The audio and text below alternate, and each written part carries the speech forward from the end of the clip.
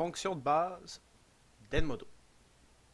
Alors, première chose, il faut se rappeler que si vous êtes perdu dans le site, que vous ne savez plus où vous êtes, il y a toujours la petite maison ici qui est l'accueil.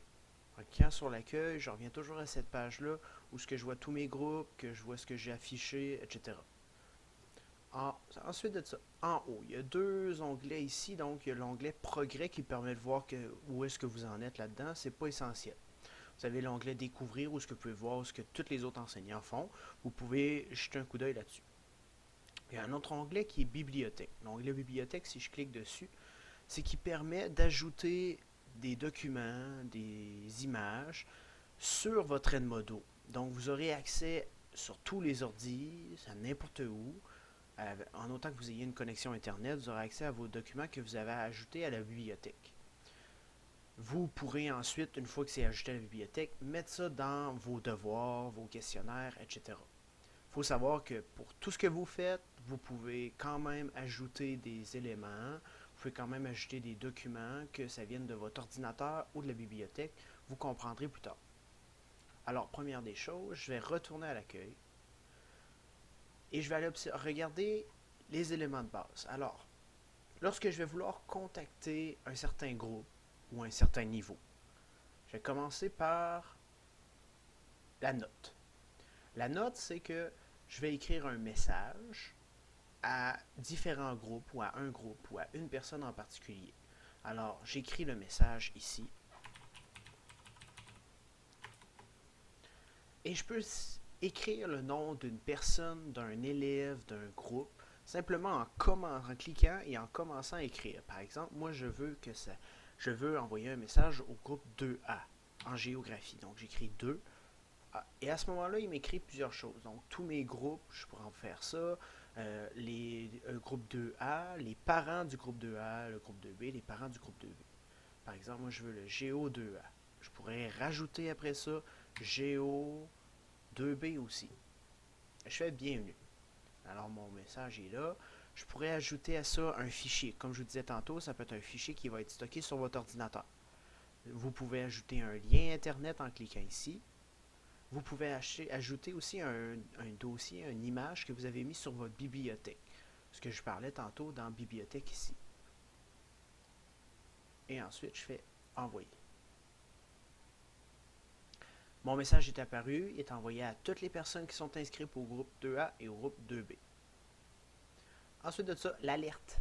L'alerte, c'est le même principe que la note, sauf que c'est juste un petit message court. J'ai pas besoin, dans le fond, je peux pas ajouter de documents ou quoi que ce soit. Et la petite horloge ici que j'ai pas parlé tantôt, c'est que je peux programmer, donc faire afficher si je prépare mon devoir ou un message à donner le matin. Je peux dire, ben, envoie-le simplement sur Didacti à partir de 4 heures ce soir. Avec l'alerte, c'est simplement un petit message court, sans fichier. Le devoir ici. Le devoir va être utile si vous voulez que les élèves vous remettent quelque chose par Edmodo. La remise du travail peut être faite à l'écrit ou ça peut être un document qu'il vous renvoie. Je commence par écrire le titre du devoir, donc je marque devoir 1 et je vais mettre les consignes ici. J'écris donc faire un en-tête, etc. Une fois que les consignes sont écrites, j'envoie ça à, par exemple, au groupe de Géo 2A et au groupe de Géo. J'écris le G. Je peux commencer à écrire à 2B. Je vais écrire comme ça ici. Donc, Géo 2B. Je peux afficher un fichier, je peux rajouter un fichier, un lien, quelque chose de ma bibliothèque, même l'afficher plus tard. J'écris toutes mes consignes. Je vais choisir ensuite quand est-ce que je veux la date limite de remise. Si par exemple c'est là, quelques jours plus tard, la date de remise est là. Charger le devoir, c'est si par exemple vous avez déjà fait un devoir et que vous voulez le refaire, vous faites charger, puis vous allez être capable de le télécharger. Je fais envoyer. Une fois qu'il est envoyé, les élèves vont avoir une notification, ils vont devoir faire le devoir et vous renvoyer ce que vous avez demandé. Comme je disais, ça peut être simplement des réponses écrites dans Edmodo, ou sinon, ça peut être simplement aussi un fichier Word qui vous renvoie une fois qu'il est complété. Vous allez voir les réponses ici en cliquant sur rendu. Vous allez avoir une liste de tous les élèves qui ont rendu le devoir et vous allez pouvoir même donner une note que j'expliquerai plus tard dans la section, dans une autre vidéo. Là, je suis un peu perdu, donc le truc, je reviens dans Accueil. Je vais voir ensuite le questionnaire. Le questionnaire, c'est le même principe que le devoir. Donc, en créant un questionnaire, je vais lui donner un titre. Je peux choisir plusieurs choses. Donc, je peux faire un choix multiple, un vrai ou faux, un réponse courte et remplir les blancs. Là, j'ai vu que j'avais un autre nom, je vais mettre un 2 comme ça. Donc, choix multiple. Je peux ajouter une première question. J'écris ma question ici. Je donne mes réponses. Je sélectionne la réponse qui est correcte. Si je veux mettre un B, un C, un D, un E, je fais ajouter une réponse. Là, ça fait un C. Si j'ai terminé ma question, c'est fait. Donc, une fois que ma question est terminée, je vais venir ajouter une question. Et je fais la question 2 comme ça. Je pourrais que ce soit un vrai ou faux. Question 2, vrai ou faux. Je dis que la bonne réponse est un faux. Et je pourrais même mettre une limite de temps. Lorsque tout est terminé, que toutes vos questions sont faites, je fais attribuer un questionnaire.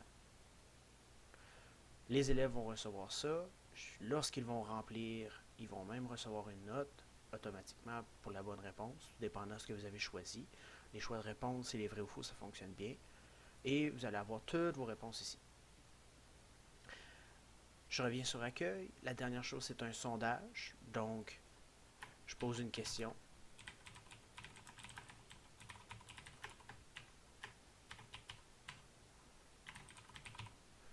Ici, je donne mes réponses. Je peux mettre une autre réponse aussi.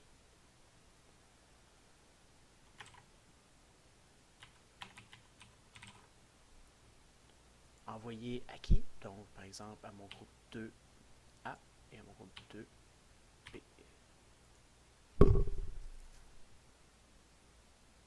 Envoyer. Et lorsque je vais recevoir, oh, j'ai fait une petite faute, les élections avec un S, lorsque je vais recevoir les réponses, je vais voir qui a voté le plus. Alors, voici les fonctionnalités de base. Si jamais vous faites quelque chose et que vous voulez le supprimer, un peu comme j'ai fait tantôt, on va aller sur la publication. Je vais sur la petite roue et je vais supprimer la publication. Donc, même chose pour les autres. Voilà.